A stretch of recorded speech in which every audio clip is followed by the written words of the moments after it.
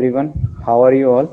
My name is Dharmendra Kumar Sharma, Assistant Professor in Electrical Engineering Department, IMT Group of Colleges, Greater Noida. तो classify जब हम electrical machines को करते हैं तो डिफरेंट डिफरेंट टाइप की हमारी class according to the supply है ना, डिमांड ऑफ सप्लाई पे हमारा डिपेंड करता है कि जो क्लासीफाई किया गया डिफरेंट डिफरेंट इलेक्ट्रिकल मशीन्स को वो किस बेसिस पे क्लासीफाई किया गया, वो क्लासीफाई किया गया सप्लाई। तो हम यहाँ अपना हेडिंग स्टार्ट करते हैं। क्लासिफिकेशन ऑफ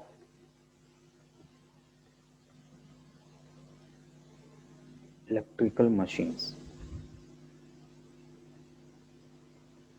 तो जब मशीन्स की क्लासिफिकेशन की बात करते हैं तो हमारे दिमाग में एक ही क्वेश्चन आता है कि सप्लाई कितने टाइप की है। तो सप्लाई हमारी जनरली जो है वो दो ही टाइप की है, AC supply and DC supply. तो इलेक्ट्रिकल मशीन्स को भी जब हम क्लासिफाई करते हैं, डिवाइड करते हैं, तो दो पार्ट्स में या दो पार्ट्स में दो तरीके से हम क्लासिफाई कर देते हैं, AC machines and DC machines. तो यहाँ हम लिख देते हैं एक ट्री फॉर्म में, हम क्लासिफिकेशन अभी एक्सप्लेन करेंगे। इलेक्ट्रिकल मशीन्स, तो ये दो टाइप की हो गई मशीन्स। फर्स्ट हो गया, पहला टाइप हो गया हमारा डीसी मशीन्स। सेकंड टाइप हो गया एसी मशीन्स। तो हमने किस बेसिस पे इसको क्लासिफाई किया? सप्लाई। तो यहाँ डीसी सप्लाई है तो डीसी मशीन्स, एसी सप्लाई है तो एसी मशीन्स। अभी हम डिस्कस करेंगे कि डीसी मशीन्स क्या होती हैं, एसी मशीन्स क्या होती हैं। जो मशीन्स डायरेक्ट करंट पे ऑपरेट करती हैं, यानी इनपुट भी डायरेक्ट करंट लें और अगर वो मोटर है और आउटपुट हमें जो मिले वो डीसी ही मिले, वो डीसी मशीन्स बोलते हैं। एसी मशीन्स में इनपुट अगर हम दे रहे हैं तो अल्टरनेटिंग सप्लाई होगी, वो उसको इनपुट देंगे। नहीं सर, अगर वो मोटर है तो इनपुट जो होगा हमारा एसी होगा, और अगर वो जनरेटर है तो आउटपुट भी हमारा एसी ही होगा। फर्दर हम क्लासीफाई कर देते हैं डीसी मशीन्स को। डीसी मशीन्स हमारी अगेन दो टाइप की होती हैं। इसमें आ जाता है self excited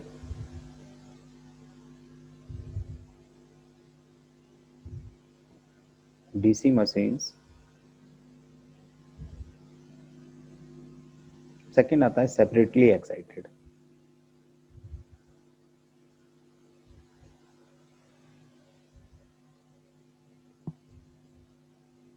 DC machines same self excited means इसमें जो दो टाइप की हमने बाइंडिंग्स बताई थी, एक फील्ड बाइंडिंग और एक आर्मेचर बाइंडिंग। तो दोनों बाइंडिंग्स सेम सप्लाई से जब एक्साइट करते हैं तो उसको सेल्फ एक्साइटेड बोल देते हैं। But separately excited DC machines में जो फील्ड बाइंडिंग्स होती हैं उनको हम डिफरेंट सोर्स से एक्साइट करते हैं। हियर एसी मशीन्स को हम फर्दर दो पार्ट्स में डिवाइड कर देते हैं। पहला है induction machines,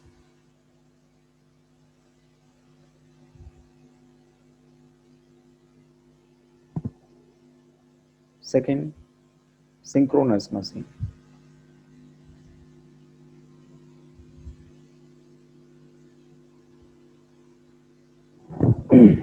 These are the major, or we can say essential classification of electrical machine, right?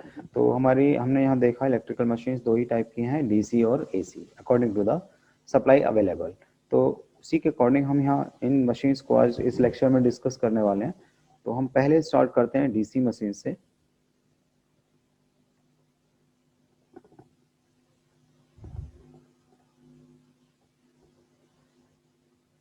DC machine, तो डीसी मशीन का जनरल डिस्क्रिप्शन कंप्लीट हम इसका जो कंस्ट्रक्शन वगैरह है वो सेकंड यूनिट में स्टार्ट करेंगे।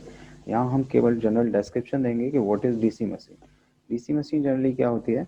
डीसी सप्लाई पर वर्क करती है। इसमें एक रोटर होता है और एक स्टेटर होता है। स्टेटर पर फील्ड वाइंडिंग्स प्लेस होती हैं। ये जो हम इस टाइप से कंस्ट्रक्शन बना रहे हैं, दीज आर द पोल्स।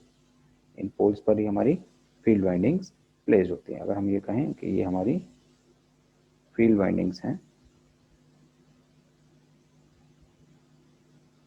ऐसे ही यहाँ पर भी होती है हमारी फील्ड वाइंडिंग, राइट, और ये आपस में कनेक्टेड रहती हैं, तो इनको बोल देते हैं हम फील्ड वाइंडिंग्स।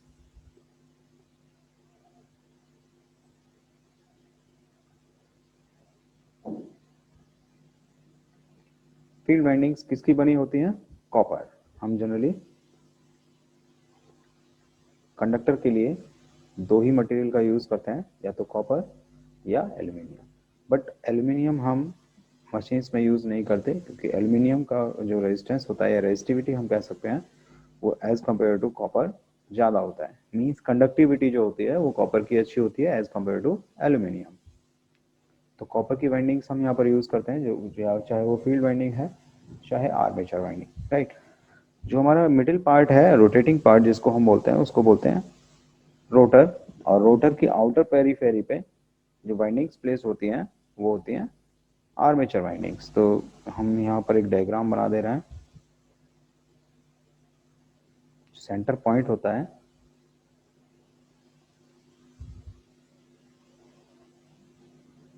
इसको बोलते हैं हम शाफ्ट। शाफ्ट के जस्ट ऊपर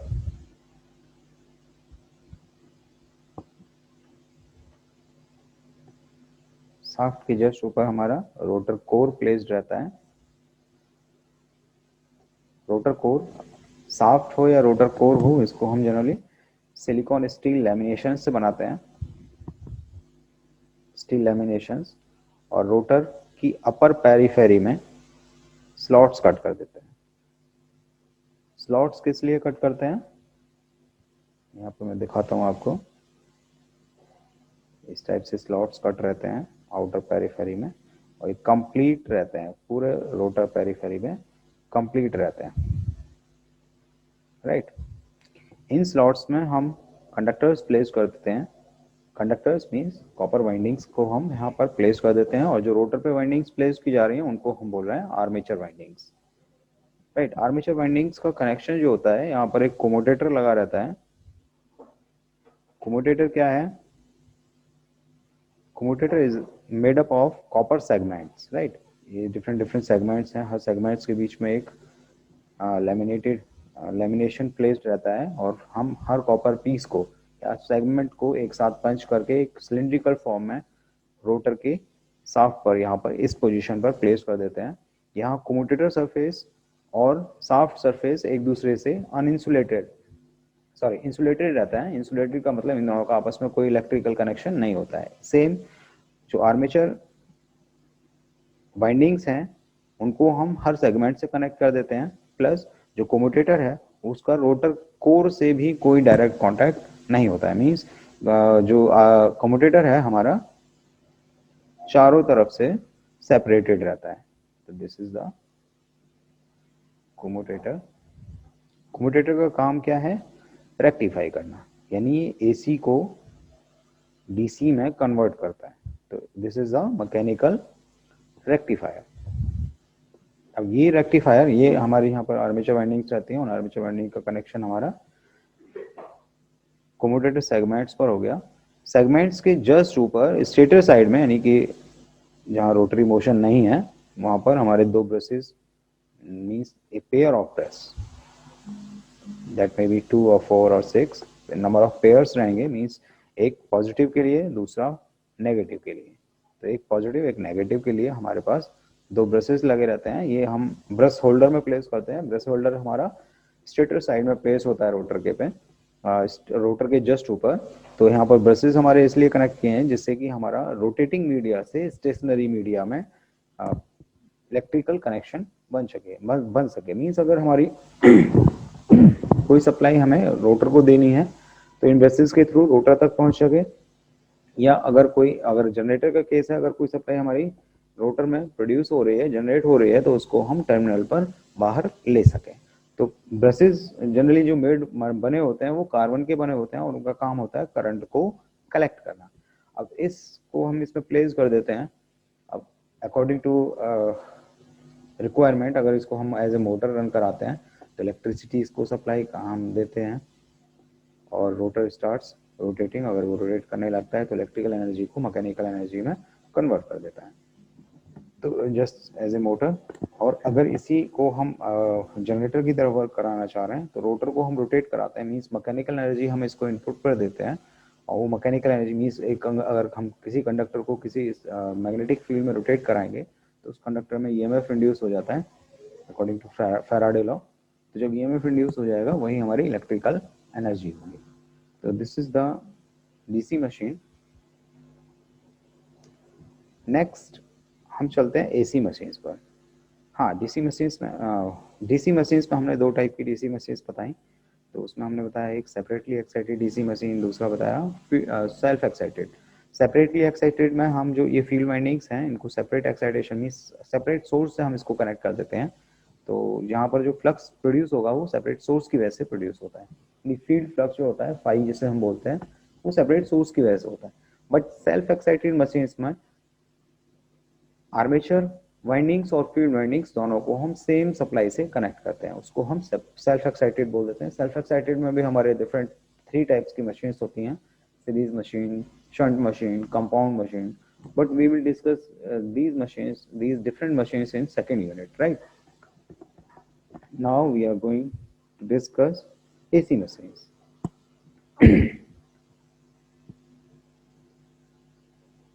AC machines को हमने बताया, AC machines हमारी 2 टाइप की हैं।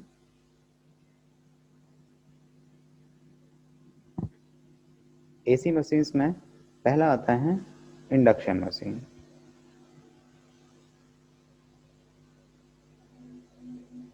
Induction machine means induction motor और इंडक्शन जनरेटर। तो हम इंडक्शन मोटर की यहाँ बात कर रहे हैं। तो इंडक्शन मोटर या इंडक्शन मशीन इंडक्शन प्रिंसिपल पे वर्क करती है। इसका जो वर्किंग प्रिंसिपल है वो क्या है? Working principle is induction. तो इलेक्ट्रोमैग्नेटिक इंडक्शन आप सभी लोग जानते हैं, फैराडे लॉ आप सब लोगों ने लास्ट लेक्चर में हमने डिस्कस किया था कि अगर हम किसी कंडक्टर को किसी मैग्नेटिक फील्ड में प्लेस करते हैं और अगर वो मैग्नेटिक फील्ड उस कंडक्टर से लिंक होता है और वो चेंजिंग इन नेचर है तो कंडक्टर में ईएमएफ इंड्यूस हो जाता है, राइट? तो ये इंडक्शन प्रिंसिपल है। तो या तो कंडक्टर हमारा फिक्स रहे, मैग्नेटिक फील्ड को रोटेट करा दें, या मैग्नेटिक फील्ड को फ्लक्स फिक्स कर दें और कंडक्टर को रोटेट करा दें। दोनों ही केसेस में जो कंडक्टर से फ्लक्स लिंक होगा वो चेंजिंग इन नेचर होगा, उस चेंजिंग इन नेचर फ्लक्स की वजह से कंडक्टर में ईएमएफ इंड्यूस हो जाएगा। तो हम यहाँ डिस्कस कर रहे हैं इंडक्शन प्रिंसिपल पे ये वर्क करती है। एक जनरल हम इसको इंडक्शन मशीन्स को भी 2 पार्ट्स में हम डिवाइड कर देते हैं। डिपेंड करता है वो, एक को बोलते हैं हम स्क्विरल केज इंडक्शन मोटर, दूसरे को बोलते हैं wound rotor induction motor. Wound rotor को हम स्लिप रिंग इंडक्शन मोटर भी बोलते हैं, SRIM, slip ring induction motor, correct. तो हम डिस्कस ये डिफरेंट 2 टाइप जो हमने बताए, ये टोटली डिपेंड होता है कि हमारा जो रोटर की कंस्ट्रक्शन है, वो मशीन का जो रोटर है उसकी कंस्ट्रक्शन क्या है, क्या कंस्ट्रक्शन का हम रोटर यूज कर रहे हैं, उसी को हम बोल रहे हैं स्क्विरल केज। अगर हम squirrel cage type rotor use करते हैं तो squirrel cage, bound rotor use कर रहे हैं तो बाउंड रोटर। तो हम पहले हम इसको हल्का सा एक डिस्क्रिप्शन देते हैं कंस्ट्रक्शन का।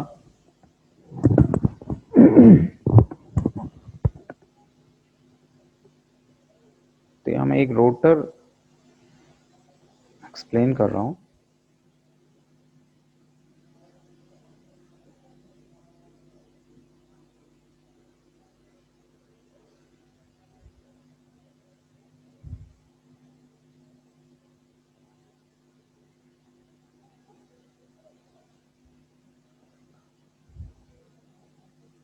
इसमें ये एंड रिंग्स हमने लगाई हैं रोटर सरफेस पर,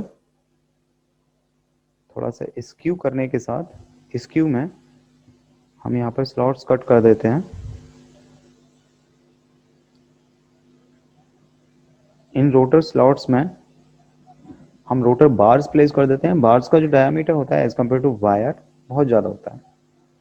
उन बार्स को हम प्लेस करने के बाद में इन रोटर स्लॉट्स में रोटर बार हम प्लेस कर देते हैं। रोटर बार जो बने होते हैं वो कॉपर के होते हैं, rotor bars made up of copper. हमने यहाँ प्लेस कर दिए।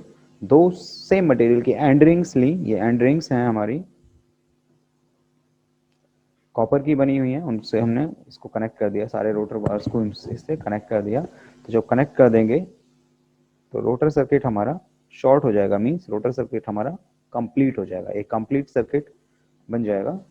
और अगर हम इस सर्किट को देखें, ध्यान से देखो, इसमें से हम रोटर कोर साफ्ट अगर बाहर खींच लें तो एक केज टाइप का दिखेगा, है ना, केज ऑफ स्क्वायरल।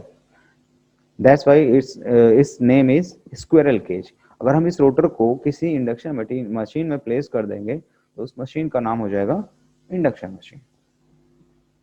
तो इसको बोलते हैं हम केज टाइप रोटर। नेक्स्ट हमारा है वाउंड रोटर। वाउंड रोटर में सिंपल रोटर रहता है,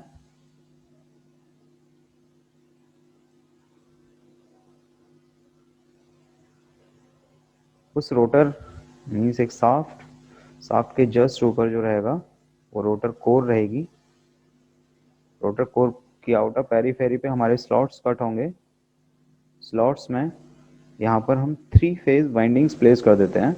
नहीं, अगर हम 3 फेज मीन्स दैट वाइंडिंग्स में बी कनेक्टेड इन स्टार और डेल्टा, 3 फेज वाइंडिंग्स प्लेस कर देते हैं। रोटर शाफ्ट पर हम 3 स्लिप रिंग्स का यूज करते हैं। यहाँ पर फॉस्फर ब्रॉन्ज मटेरियल की ये स्लिप रिंग्स बनी होती हैं, जैसे कि आपने सब लोगों ने देखा होगा, जैसे डिस्क रहती है, सीडी डीवीडी ये सब देखी होंगी, उसका डायमीटर थोड़ा कम होता है, यहाँ थोड़ा डायमीटर ज़्यादा रहता है। इसी टाइप की डिस्क लेते हैं और रोटर पर हम उन डिस्क को प्लेस कर देते हैं। 3 डिस्क एंड 3 ब्रशेस हमें चाहिए यहाँ पर, क्योंकि हमें रोटेटिंग मीडिया से स्टेशनरी मीडिया में भी कनेक्शन चाहिए, क्योंकि सप्लाई अगर हम देंगे या हमें कोई भी सर्किट कनेक्ट करना होगा तो इन ब्रशेस के थ्रू ही हम रोटर सर्किट में वो सर्किट ऐड कर पाएंगे। यहाँ जो हमने स्लिप रिंग्स का यूज किया है, these are the slip rings.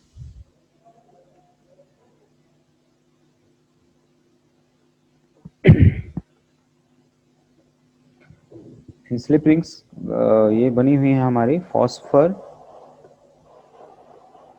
Bronze material की। फॉस्फर ब्रॉन्ज की हम स्लिप रिंग्स को बना देते हैं। जो भी 3 फेज यहाँ वाइंडिंग्स रहती हैं, स्टार कनेक्टेड या डेल्टा कनेक्टेड, वो तीनों स्लिप रिंग्स से कनेक्टेड रहती हैं। यहाँ ब्रशेस हमारे हैं, ब्रशेस को हम आउटर में कनेक्शन दे देते हैं, जिससे कि हम एक्सटर्नल रेजिस्टेंस या इनको डायरेक्ट भी कनेक्ट कर सकते हैं। अगर हम इसको डायरेक्टली शॉर्ट कर देते हैं, इसका मतलब हमारा रोटर सर्किट कंप्लीट है। अगर सपोज करिए कि हमारी स्टार कनेक्टेड वाइंडिंग है इस टाइप से, सॉरी, स्टार कनेक्टेड वाइंडिंग है, तो इन वाइंडिंग्स को हम इन तीनों टर्मिनल्स को यहाँ तीनों स्लिप रिंग से कनेक्ट कर देंगे और आपस में उनको शॉर्ट करते हैं, तो इसका मतलब हमारा 3 फेज सर्किट कंप्लीट हो जाएगा। इसको बोलते हैं हम वाउंड रोटर, और इसमें हमने स्लिप रिंग्स का यूज किया है, इसलिए इसको हम स्लिप रिंग टाइप रोटर बोल देते हैं। Slip ring rotor, right. A हमारा squirrel cage, B slip ring rotor.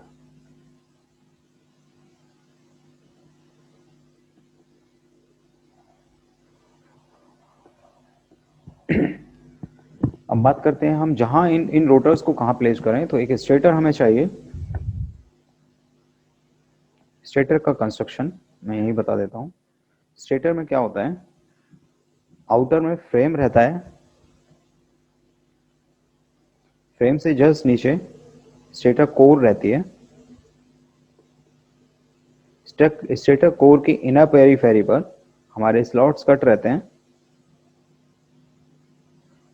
Frame हमने क्यों लगाया, फ्रेम जो वेदर कंडीशंस हैं, जैसे कि बारिश है या कुछ डस्ट पार्टिकल्स वगैरह हैं, तो उसको उससे प्रोटेक्ट करने के लिए हम फ्रेम का यूज़ करते हैं। तो फ्रेम जनरली हमारा आयरन का भी बना हो सकता है, कोई प्रॉब्लम नहीं है। उसके जस्ट नीचे जो हमने आयरन कोर यूज़ किया है, वो आयरन कोर जो होती है हमारी, या तो सिलिकॉन स्टील की बनी होती है या सिंपली स्टील मटेरियल की बनी होती है। स्टील हम इसलिए यूज़ करते हैं iron in place of iron, iron हम यूज़ नहीं कर रहे हैं क्योंकि जो आयरन का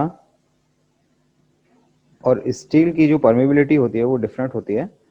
स्टील हैव गुड परमेबिलिटी, और जहाँ परमेबिलिटी अच्छी होगी वहाँ स्टेब्लिशमेंट ऑफ फ्लक्स बेटर होगा।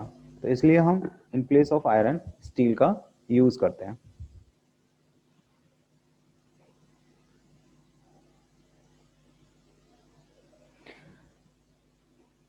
स्टेटर कोर की इनर पेरीफेरी पे हमारे फिर से स्लॉट्स कट होते हैं। इनर पेरीफेरी कुछ इस टाइप से रहती है और ये कंप्लीट रहती है। यहाँ पर हमारे स्टेटर वाइंडिंग्स प्लेस रहती हैं जो कि 3 फेज वाइंडिंग्स कहलाती हैं। That may be distributed winding और concentrated winding according to the requirement. अगर हमें फ्लक्स को कंप्लीटली डिस्ट्रीब्यूट करना है तो हम डिस्ट्रीब्यूटेड वाइंडिंग्स प्लेस करते हैं वहाँ पर, और अगर हमें किसी पर्टिकुलर पॉइंट पर उसको कॉन्सेंट्रेट कराना है तो कॉन्सेंट्रेटेड वाइंडिंग्स का वहाँ पर यूज़ करते हैं। बट कनेक्शन जो होते हैं वो या तो स्टार होंगे या डेल्टा होंगे, तो इनको हम स्टेटर में प्लेस कर देते हैं। तो ये स्टेटर वाइंडिंग्स कहलाती हैं। सेम स्टेटर हमारा इंडक्शन मशीन्स के लिए भी बना होता है और सेम ही स्टेटर हमारा सिंक्रोनस मशीन के लिए भी बना होता है। बट कुछ डिफरेंस होते हैं, क्योंकि हम सिंक्रोनस बोल रहे हैं तो वहाँ पर हम कुछ और प्रोटेक्टिव प्रोटेक्टिव या सेल्फ स्टार्टिंग के लिए वहाँ पर कुछ मैकेनिज्म यूज़ कर सकते हैं। बट जो स्टेटर कंस्ट्रक्शन है वो अप्रोक्सीमेटली सेम होती है। तो यहाँ पर हम अगर हम इसमें केज टाइप रोटर हम प्लेस कर देंगे तो it will become squirrel cage induction motor. अगर हम यहाँ पर स्लिप रिंग रोटर प्लेस कर देंगे तो it will become slip ring induction motor और वाउंड रोटर इंडक्शन मोटर। अब इसका प्रिंसिपल की जब हम बात करते हैं तो इंडक्शन मोटर, मोटर का मतलब है जो इलेक्ट्रिकल एनर्जी को मैकेनिकल एनर्जी में कन्वर्ट करती है। तो मैकेनिकल एनर्जी, ये 3 फेज हम बात कर रहे हैं यहाँ पर, this is 3 phase induction motor. तो जब हम 3 फेज सप्लाई स्टेटर को देते हैं, 3 फेज सप्लाई देने के बाद में स्टेटर में 3 फेज सप्लाई जाने के बाद में वहां पर 3 phase rotating magnetic field create होता है। जब 3 phase rotating magnetic field create होता है, मैं एक डायग्राम और बता देता हूँ जिससे आपको बेटर समझ में आए।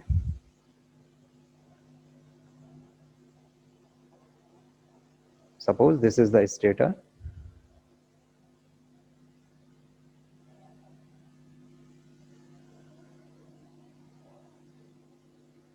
And this is rotor. यहाँ पर हमारी 3 फेज वाइंडिंग्स हैं, ये 3 फेज सप्लाई। तो यहाँ 3 फेज सप्लाई से हम कनेक्ट करते हैं तो 3 फेज करंट फ्लो करता है, डिफरेंट डिफरेंट फेजेस में जाता है वो, दैट में बी स्टार और डेल्टा, राइट। इस टाइप से these are the stator windings. तो यहाँ इनको हम 3 फेज सप्लाई से कनेक्ट कर देते हैं। तो 3 फेज रोटेटिंग मैग्नेटिक फील्ड यहाँ पर क्रिएट हो जाता है जो सिंक्रोनस स्पीड से रोटेट करता है। And this is the air gap. Air gap negligible होता है, जितना यहाँ दिख रहा है ऐसा नहीं होता है। एयर गैप काफ़ी नेग्लिजिबल रखते हैं, रोटर और स्टेटर के बीच में जो एयर गैप रहता है काफ़ी कम होता है। तो यहाँ पर जो रोटेटिंग मैग्नेटिक फील्ड क्रिएट होता है वो एयर गैप को क्रॉस करके रोटर पर जो कंडक्टर्स हैं उनको कट करता है। मीन्स रोटेटिंग मैग्नेटिक फील्ड है और कंडक्टर्स स्टेशनरी, कंडक्टर्स हमारे स्टेशनरी हैं, बट मैग्नेटिक फील्ड कैसा है, रोटेटिंग है। तो इसकी वजह से कंडक्टर्स में एक ईएमएफ इंड्यूस हो जाता है जिसको हम रोटर ईएमएफ बोलते हैं, क्योंकि रोटर का सर्किट कंप्लीट है तो उसमें एक करंट भी फ्लो करने लगता है। अब उस करंट की वजह से रोटर कंडक्टर्स में एक टॉर्क क्रिएट हो जाता है, टॉर्क क्रिएट हो जाता है। And torque is the measure of causing rotation, right. आप लोगों ने पढ़ा होगा टॉर्क जो होता है we I,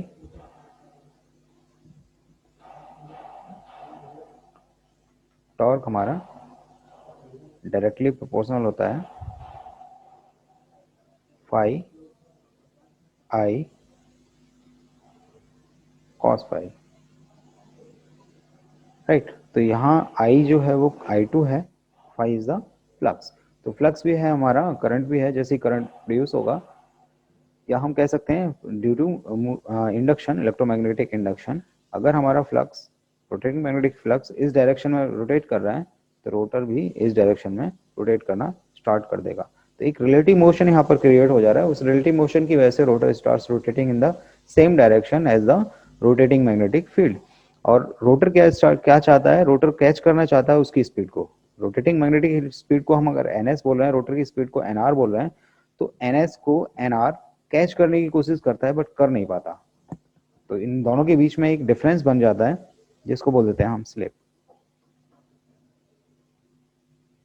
that is slip speed, ns minus nr। इसी से हमारी स्लिप कैलकुलेट हो जाती है। स्लिप इक्वल टू होता है ns minus nr upon ns। ns is the synchronous speed जिस पे मैग्नेटिक फील्ड रोटेट कर रहा है, and nr is the rotor speed. So this is the induction motor.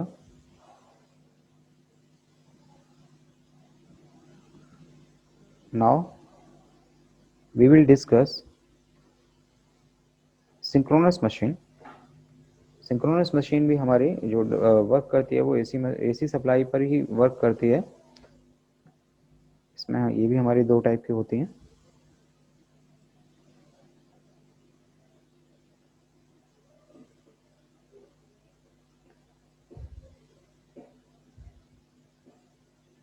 Salient pole,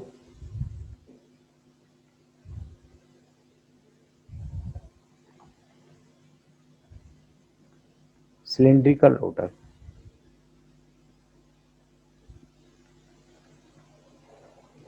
salient पोल में जो poles होते हैं वो आउटवर्ड फोर्स रहते हैं,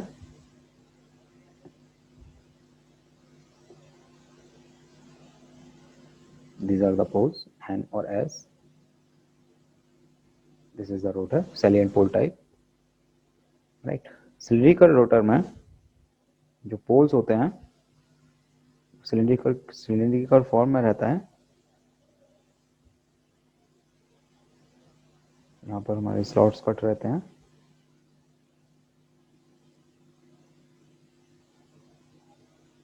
राइट। ये एन, ये एस हो जाएगा। यहाँ पर हमारे रोटर कंडक्टर्स रहते हैं, तो इसको सिलिंड्रिकल रोटर बोल देते हैं क्योंकि ये सिलिंड्रिकल फॉर्म में है, और इसको सैलिएंट पोल टाइप रोटर बोल देते हैं। यही रोटर हमारा जिस स्टेटर में हम प्लेस करेंगे तो वो सैलिएंट पोल टाइप हो जाएगा या सिलिंड्रिकल रोटर मशीन हो जाएगी। सिंक्रोनस मशीन का पर्पज यहाँ सिर्फ हमारा ये था, सिंक्रोनस स्पीड पे जो हम अभी एनएस का डिस्कस कर रहे थे, एनएस इक्वल टू होता है 120 F upon P. F is the supply frequency and P is the number of poles। जैसे कि यहाँ देख रहे हो नंबर ऑफ पोल्स कितने हैं, 2 हैं। ऐसे ये 4 भी हो सकते हैं, जैसे अभी हम यहाँ डिस्कस करें। अगर 4 पोल मशीन है, this is the 4 pole machine, NS NS 4 pole.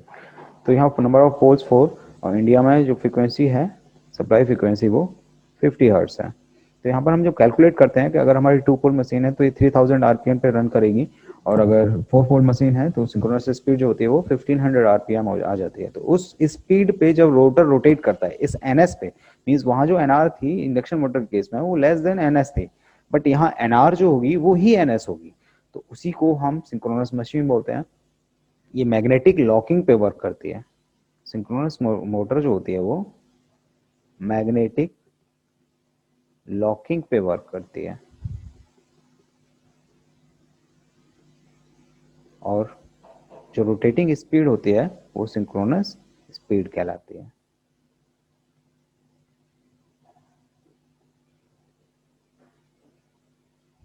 This is NS. Speed को हम आरपीएम में मेजर करते हैं, रिवॉल्यूशंस पर मिनट।